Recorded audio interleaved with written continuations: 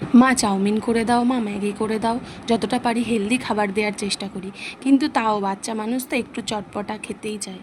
এদিকে টিফিনের খাবার গুছিয়ে দিয়ে স্কুলে পাঠিয়ে দিয়ে এদিকে একটা অর্ডার চলে এসেছিলো।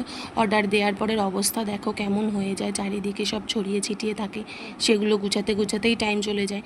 সেগুলো গুছাতে না গুছাতেই অন্য কাজে লাগতে না লাগতেই আবার অর্ডার চলে এসেছিলো। এই দিন অর্ডারের খুব চাপ ছিল, অর্ডার দিয়ে উঠতে পারছিলাম না, আবার অর্ডার চলে এসেছিলো। যাই হোক, এরকম অর্ডার আসলে খুবই ভালো লাগে। ভগবানের কাছে শুধু প্রার্থনা করি, ঠাকুর যত কষ্ট করার আমি করব, আমার 100% দিয়ে আমি কষ্ট করব, কিন্তু জীবনে যেন উন্নতি করতে পারি। তোমরা সবাই আশীর্বাদ করো যেন আমার এই ইচ্ছেটা পূরণ হয়।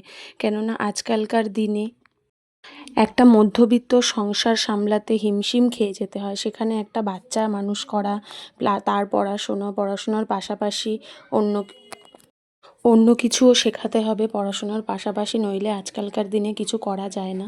তো আমার এটাই ইচ্ছে যে ছেলেকে ভালো করে মানুষ করব। আর এদিকে দেখো অর্ডার দিয়ে আমার অবস্থা খুবই খারাপ হয়ে গেছিলো এই দিন।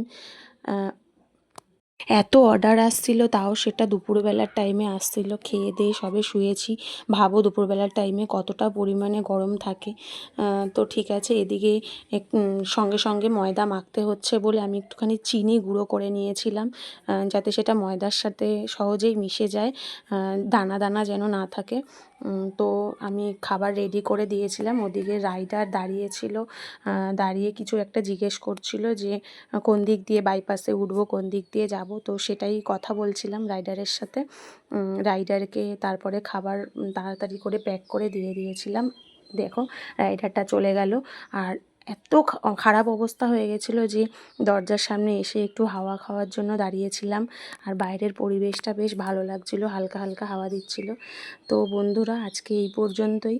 তোমরা প্লিজ পাশে থেকো, একটা লাইক করে দিয়ে যেও, আর আমার চ্যানেলটিকে সাবস্ক্রাইব করে দিও। টাটা।